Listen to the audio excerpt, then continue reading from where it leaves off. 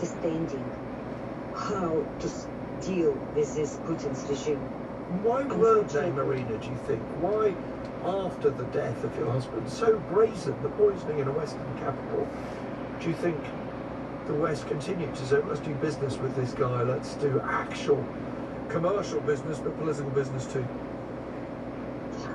When my husband, Alexander Sasha, was killed, it was so unusual. First of all, tools, what killed him, it was radioactive polonium.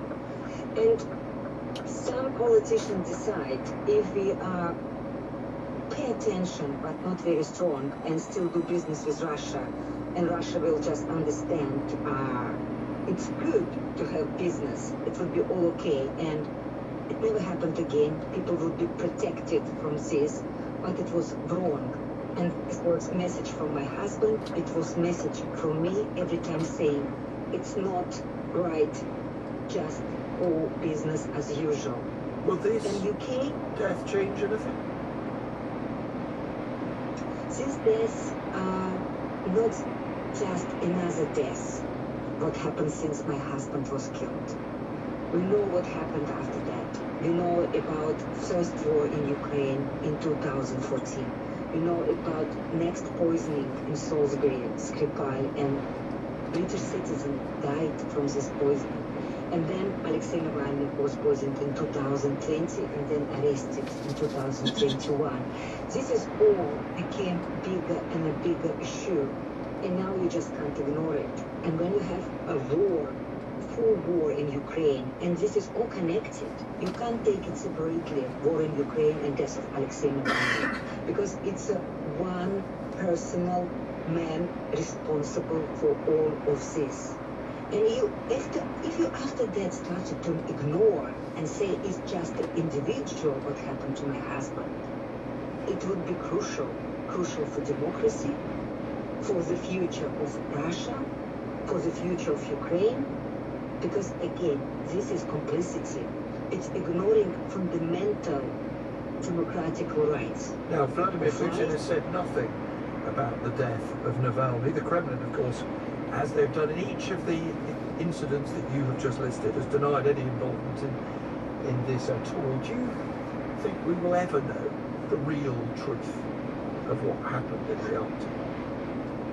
First of all, I will remind you, Putin religiously afraid to name Alexei Navalny. He always said it's this man and this other guy, but he never said his name because he afraid, he named him, he knew he in the same level of knowledge of all around the world, and he didn't want to give him this benefit. I believed, really, and this is, I'm so sad, Alexei Navalny would be released from prison because Putin's regime would not exist for so long. Unfortunately, I was wrong. Alexei Navalny is dead, and Putin is still benefited from his death, make other Russian people be frightening to do something or to say. But we definitely will see what will happen soon. And Putin's regime collapsed much sooner than we expected, and we will know all truth about death of Alexei Navalny, of Boris Nemtsov, of my husband Alexander Litvinenko, and it might be protect another prisoners, political prisoners who are now in danger, like Vladimir Kara-Murza, Ilya Yashin, and many, many good Russian people who say all war against the war in Ukraine. Marina Litvinenko, thank you for taking the time to join us this morning. Nearly 10 to 9, a huge step forward in the treatment of Parkinson's disease could transform the lives of nearly 1,000 people who have an advanced form of the disease, who have to take up to 20 pills a day. Professor James Palmer is the NHS England's Medical Director for Specialised Services and is on the line. Good morning to you, Professor Palmer. And from what I understand, this is a wearable pump. Can you tell us more? Yeah, good morning. This is an old drug now being delivered in a very new way. So levodopa is an important drug in Parkinson's disease, which releases the substance dopamine, which is the main reason why people get Parkinson's disease. Levodopa has been here since the 1960s, but the innovation here is that the drug companies managed to make this drug soluble enough that it can just be injected continuously under the skin. So with Parkinson's disease now, you can have a pump, and it introduces the drug at a steady rate across the whole day. Okay, and that stops patients having sort of peaks and troughs in their medication? Yeah, the problem, although the levodopa is a good drug, after time, as the Parkinson's disease worsens, you have to take more and more drugs, and you end up with periods of the day where you're overdosing and underdosing with the drug, and this makes Parkinson's disease such a horrible situation to be in, because you can't plan anything for the day, because you might find half the day you can't move, half of the day you're moving excessively, and those patients who've joined the studies in this drug have found that it significantly changes their ability just to manage a simple day of what can I do, because I know what's coming in terms of my control of movement. I'm interested why this is only applicable to 1,000 people when I think that over 100,000 people in the country actually have Parkinson's. Why such a small number? Yeah, don't forget the great majority of patients with Parkinson's disease will be in the early stage of the disease, and they will be able to get good control with the oral medications of levodopa. There are other treatments as well. So the NHS funds a treatment called deep brain stimulation, which can have major differences to the control of Parkinson's disease, which gives a long-term benefit. So this treatment is needed where those other treatments aren't so effective, and these periods of time of fluctuations are really severe. Now, this is being rolled out on the NHS. How will people know whether they are at a stage of the disease where they qualify for this? What if people are listening now? What should they do? Yeah, the main change, which is going to be important, is that this quite specialist treatment can be delivered on quite a local basis. So the clinicians involved in the care of Parkinson's disease are all now fully aware of the drug, and they will be identifying the patients who are most suitable to move on to the new treatment. And there's a stream of nurses called Parkinson's disease nurses as well, which will help patients and their family understand how to inject the drug, because they'll manage it at home and change their own needles and syringes. Okay, good news for many people. Thanks very much indeed. Professor James Palmer there, NHS England's Medical Director for Specialised Services. 7 minutes to 9. The City of York has a Lord Mayor, a post created in the early 1200s. A post whose holder has an ancient sword and mace, as well as a traditional mayoral chain of office, and whose appointment comes with a great deal of pomp and ceremony.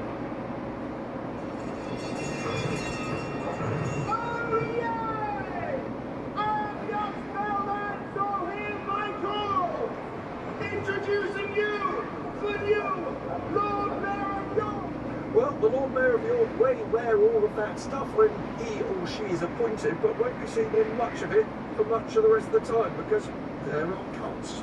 The Labour Council says a number of common sense measures are bringing the civic office up to date and ensuring the budget of the office reflects the financial reality. So do Lord Mayors need all that pomp in order for us to take them seriously and to respect the history of their office? Let's talk to a former Lord Mayor of York, Ian Gillies, and a former Mayor of Oakham in Rutland, Zoe Nielsen. Morning to you both.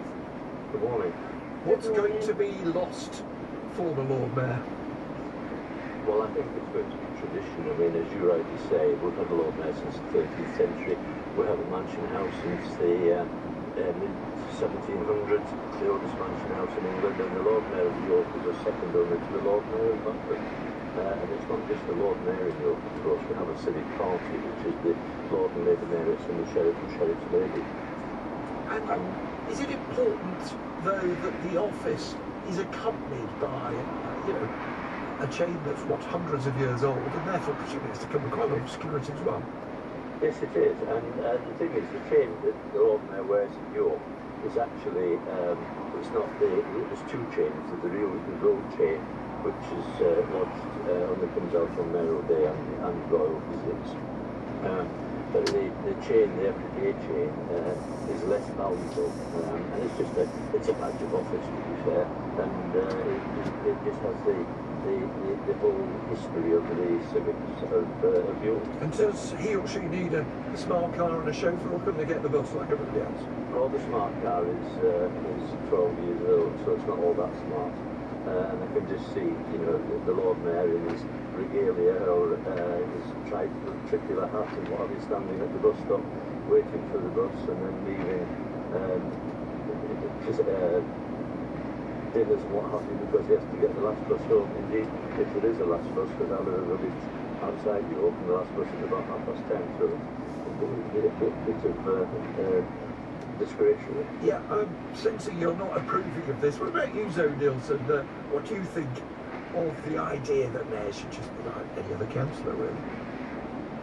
That's my opinion, really. I think that tradition and history definitely has its place, but we are in evolving times, and politics needs to be accessed by everybody, and part of that is that we don't go around dressed in robes and making ourselves stand out. We just join in with the community. But forgive me, Oakham's a little market town, isn't it? It's not York. I mean, York is a great city with a great history. I've no disrespect to Oakham, but it's not got quite the same history, is it? It is, I do appreciate. We do have our own levels of history, but we are a much, much smaller town, within a much, much smaller county. We don't have the links that we are. Again, we're very rural. When I was Mayor of Oakham and went to events outside of Oakham specifically, there's no public transport to get us back, but I've never had a chauffeur-driven car that was able to get me to and from somewhere. And let's be honest, Zoe, is this really about budget? There may be good budgetary reasons to try and curb every part of a council's spending, but this is also partly about what you're saying about politicians, what you're saying about the councils. I think it probably is twofold. I think budgets are always something that are forefront of public and councillors' mind, and trying to cut them and make sure that they're being spent effectively is always going to be a priority. But there is that level of accessibility of public and community engagement as well, which I think Oakham really has a deeper level of that, because Oakham doesn't have the robes and the regalia and the pomp and circumstance surrounding their roles. Let's go back to Ian Gillis, the former Lord Mayor for York. Do you worry, Mr. Gillis, that this isn't just about cash, it's that people are embarrassed about, ashamed even of your city's past? I don't believe that. I think the Lord Mayor, by tradition, no matter which party it comes from, have been fairly. We never voted at full council meetings, although we chaired them, and it's been a non-political base. And when I was Lord Mayor, I mean, we raised £80,000 for charity. This proposal is that the Labour Party actually decide who the charity is going to be, and it's going to go to, you know, an organisation that has chief executives and what have you, will take a piece off the top. So we went to over 600 events when I was Lord Mayor. So it's a lot of buses to get, or a lot of walking, or even on the bike. So, you know, I think it's politics of anything, and I think the £10,000 is, whilst I'm not degrading it, it's a drop in the ocean. Having done the job of the executive member for finance and the leader of the council, there's lots of savings that can be got from elsewhere. Yeah, they say, just to be clear, the Labour group say that Lord Mayor and the Sheriff will still be able to operate in a way befitting of civic heads of a society. The amount of budget allocated to hospitals and entertaining just have to fall. That's the reality. They say, very brief last word to you, Zoe Nielsen, just 10 seconds. Have mayors without the change, then? Yes, I think so. I think time's moving forward. There are other ways to identify yourself as mayor, leader of the council, whatever position that may be. The former mayor of Oakham, and I don't know whether you should refer to the former Lord Mayor of York as the late Lord Mayor, as they do in London, but Ian Gillis, thank you. Our editors today were Hannah Wilkinson and Josh Tyndall. Have a very good morning.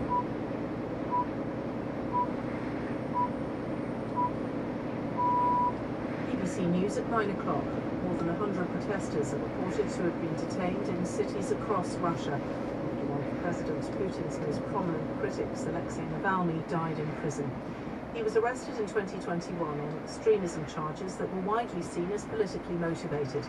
Demonstrations and vigils have taken place around the world, with many activists and international leaders blaming the Russian president. The Conservative MP who chairs the Commons Foreign Affairs Committee, Alicia Kearns, said the West must take action against him. We all know that this was a murder. Putin has tried to murder Navalny multiple times, and the reason is the silent factory of freedom that's only Russian power that he represented. President Biden was very clear that if Navalny was to lose his life, was to be murdered in one of these penal colonies, then there would be severe repercussions. It is now for us to do that. Ukraine is pulling its troops out of the eastern town of Avdiivka. It's been described as one of the longest and bloodiest battles of the war. The country's military chief said Russian troops had almost encircled the town. President Zelensky will repeat his request for more military and financial support from the West when he speaks at the Munich Security Conference in Germany today. A big aid package for Ukraine remains blocked in the US Congress, a situation he will raise when he meets the Vice President Kamala Harris at the gathering. Rishi Sunak has called on Conservative supporters to come together in the wake of the party's two by-election defeats. Labour overturned Tory majorities in Wellingborough and Kingswood on Thursday. Writing in the Daily Telegraph, the Prime Minister said that at the election he would need the support of everyone who wanted to lower taxes and secure borders. Donald Trump says he'll appeal against a fine of $350 million for fraudulently overstating his net worth to get more favourable bank loans. A judge at the former president's civil trial in New York also banned him from running companies in the state for 3 years. Mr. Trump called the ruling a total shame. BBC News. Now, you may have heard about that Storyville documentary on Alexei Navalny, which is called Navalny, and which you can find on BBC iPlayer. Apart from that, on BBC Sounds, there's an edition of Radio 4's Profile on Mr. Navalny, exploring his fight against corruption in Russia, and the complex array of supporters that attracted. Also, an edition of The Briefing Room, which takes a deeper dive into the rivalry between Mr. Navalny and Vladimir Putin. Both available on BBC Sounds. But now, here on BBC Radio 4 FM, it's Saturday Live with Nikki Beatty and Hugh Stevens.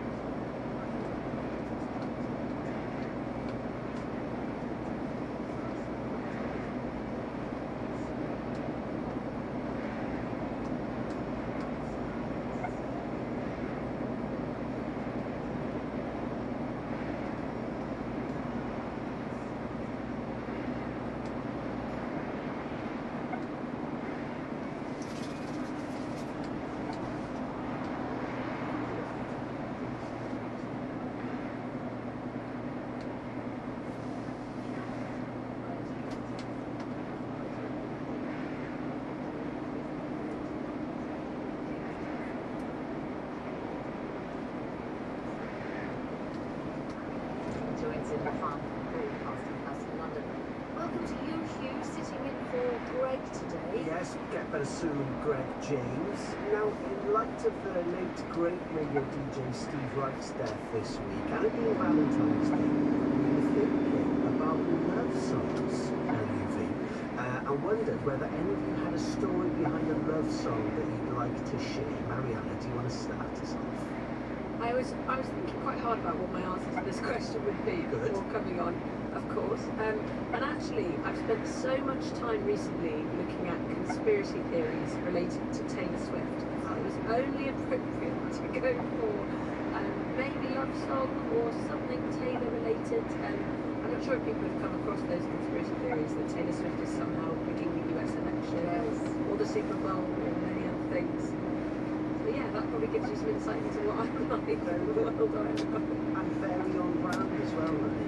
You like it, James? Do you have an on-brand love song? I wouldn't say it's on brand. I'm going to just say yes by Snoop Patrol. It's sort of my favourite bands, and I remember going to their concert in Belfast when Gary Lightfoot originally sings in Belfast, and my wife was really proud. I remember losing my voice to just say yes, and I Snoop Patrol. Did you watch that? She enjoyed the concert. Callum, what about you? Mine has to be cigarettes and coffee. That's what during COVID, I got a bit too romantic and during a time when the world was in lockdown, I had some great times to that song. I love it. So Fond memories. You can hear Radio 4 paying tribute to the life of the great Steve Wright on Last Word, which is on BBC Sounds. And if you want to be involved in the show, maybe you have a story behind a love song that's meaningful for you or for your family or even a friend, email us saturday@bbc.co.uk. Text 84844, flexible charge at your standard message rate. If you're using social media, use the hashtag BBC Saturday Live. So the actor Callum Scott Howard shot to fame and make millions this morning. Then we aren't forgetting Colin Morris Jones in the outstanding moving Russell T Davies series. That was Callum's first role out of drama school. He trained at the Royal Welsh College of Music and Drama, and he hasn't stopped since on stage. He's played the MC in the Olivier Award-winning production of Cabaret in London. Next week, we'll see him on BBC One, starring alongside Michael Sheen and Luke Evans in The Way. Actually, it's unfair. Now I've seen 2.5 episodes of 3 episodes. Michael Sheen isn't in it that much. He's directed it. Luke Evans, I can't even say what he plays, can I? Not yet. No spoilers. No spoil, exactly.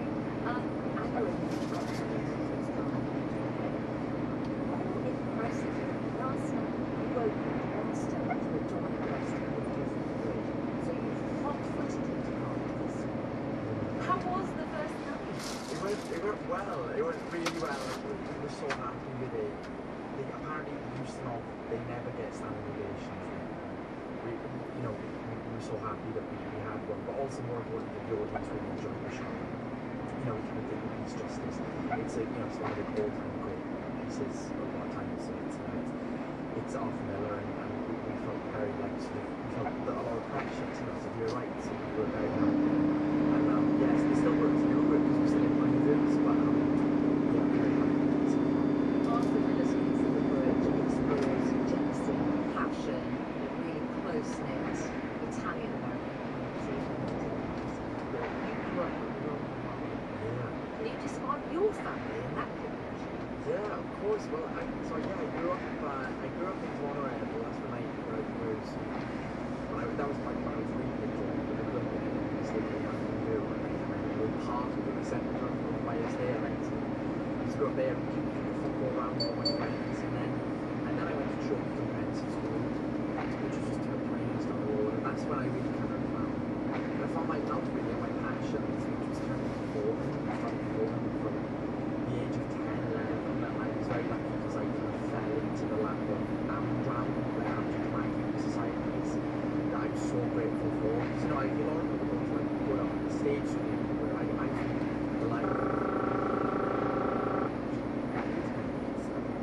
and that's where my training was. My kind of first training was there. It's just doing shows with with friends and local people who had passion to for it. The community in the Rhondda is so important, and of course Treorchy famous for her voice choir as well. Were you tempted to join? Well, my grandfather was a life member. He was a member for 60 years. And I think me and my cousin, we still have his tie when he was a member. And obviously, bless him, he was my best friend. But yeah, he was he was a lifetime drug that was right, and I still every now and again I try to. We did a big concert at St David's Hall last year. It was Sunday night. Before we was very quite a big concert and loved it. And I wanted to do stuff. So you know, everybody says, you can sing. You are yet another person who proves it. Because weren't you in Only Boys Allowed? I was, yeah. I am now the youth ambassador. Oh, you are? Which is lovely. So you went on Britain's Got Talent. Britain's Got Talent, yeah. Exactly. I remember we were on there, we got all into the final and we came third and we lost to Hudson Dock and Brighton. So Did you also sing for the Sussex? I did. And before all the stuff Well, I don't know what the stuff refers to, but so as that little child who was in the were you, before the age of 10, were you encouraged by your family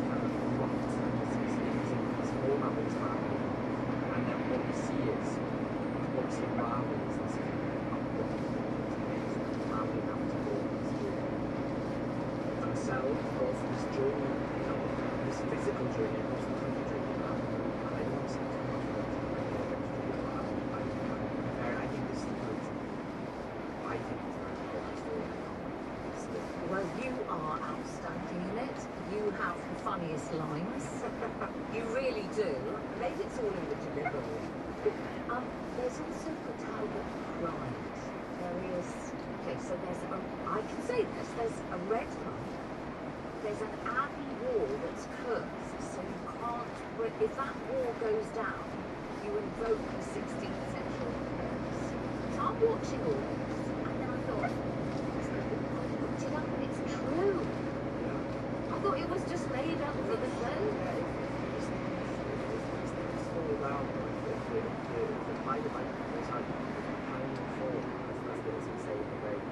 And yeah, you know, these things back into the people of Talbot, you know, this sound that, and really it's also a message of how important steelworks is to Port Talbot. Port Talbot was built for the steelworks there, and and visually, like, even as anyone who just drives through Port Talbot or comes into Port Talbot, it's such a haunting image, and it steeps over the town, and it's there, and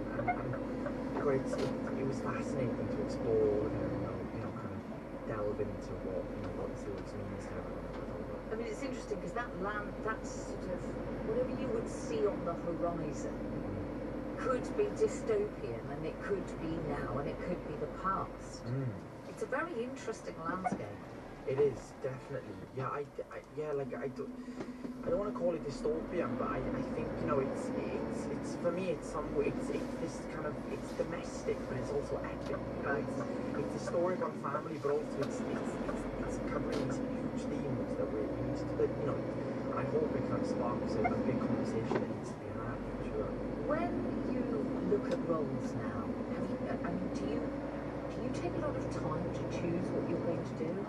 That's assuming you're inundated with offers, which I want you to be. Well, I think it all depends on what's being made, I guess. But also, I think I really like characters which challenge me. I really like things that make me work hard because I like a challenge. I like to be sort of stimulated in that way because I don't like things that are easy.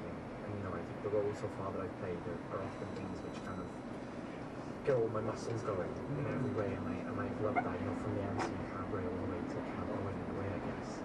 When you got the role for Colin, and it's as if Russell T was picking you up on the show with Greg and Nikki last week. I love him so much. Yeah. What was your reaction when you read the script for It's a Sin in Colin's part? Those scripts, I will never forget the moment I read them. I was in drama school, and I was in my old tiny little cupboard bedroom in drama school, and I read them and I was locked to the page. Russell writes script like nobody else. I was gripped from the off, and not only gripped to the story, but gripped to the character. Colin was so beautifully written. I just knew I had to play him. I loved him off the page, and I just wanted to embody him. I wanted to kind of make him mine, I guess. And I'm so glad that I could do that because I'm very grateful to have played that character. And how are you coping with fame? Because now, you're being hacked. your life is being scrutinised. Your clothes are being analysed. Yeah. Let's talk about your skirt with Olivier. Because everybody else did, didn't they?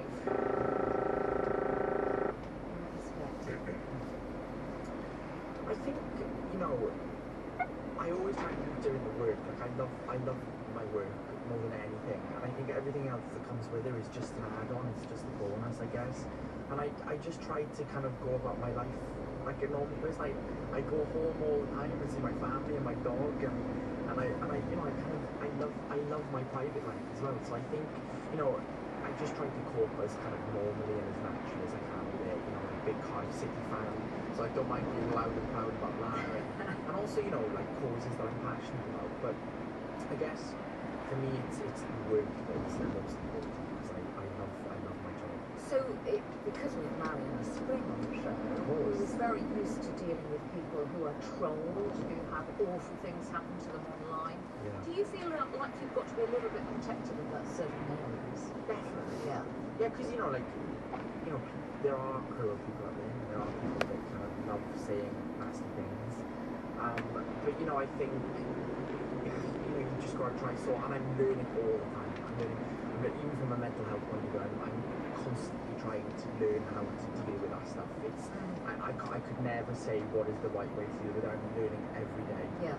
Just new things crop up and new problems occur. But I think it's all about life is all about growth and development, and I'm very early on. Remember when It's a Sin was on telly? Posters of you went up around Cardiff. Beautiful, almost of Andy Warhol-esque. My club even bar. That's it. There were posters kind of all around town, and it was kind of during COVID, wasn't it? I remember it was quite spooky walking through the empty streets and seeing your posters. Because I know your family are incredibly proud of you and the community, but all of Wales are. You're a fantastic actor, and that must give you pride as well. Oh, I'm so proud of you, Ash. It's hard to get rid of me, really, because I'm constantly coming home. But I just, if that's what you can ask is that you kind of represent your country well, and I've always been a massive sort of international sports fan. So when I look at it on that way, I kind of go I just want to do my country proud and do my people proud, I guess. Oh, Callum Scott Howells, break a leg this afternoon because you've got a matinee. Thank you. A View from the Bridge continues its sold-out run at the Theatre Royal Bath until March the 16th before transferring to London's West End.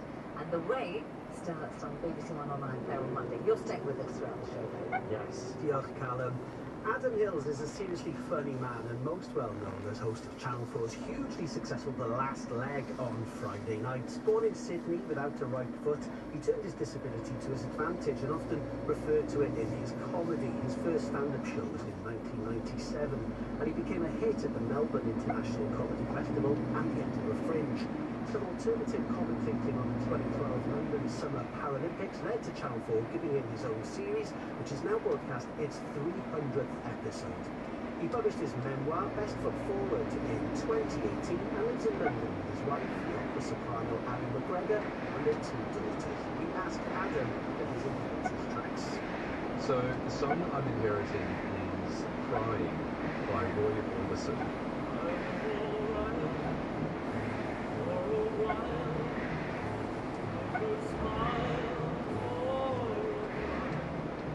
It's a strange one because most of the music I inherited came from my dad. He had a lot of records that I used to listen to growing up, in particular the Beatles, but I remember going through a stack of records and there were a few that my mum had, and one of them was Crying by Roy Orbison.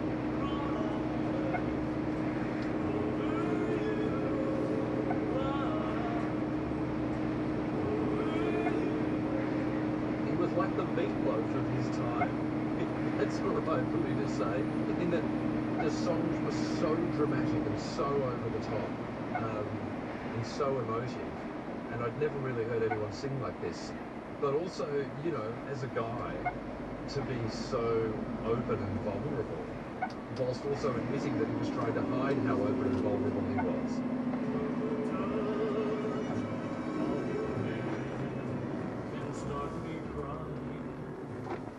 I think hearing this song was a bit of an eye-opener because, you know that moment when you realise that your parents had a life and that they were teenagers once? I think that's what it was for me. It was like finding out that my mum used to listen to Roy Orbison and that, oh my god, my mum used to listen to music? She had her own records, her own singles? What? You know, I had records that I would listen to and I think it was just scrolling through some of the old singles that were the old 45s that were lying around, and like I said, going through my dad's Beatles albums and listening to those.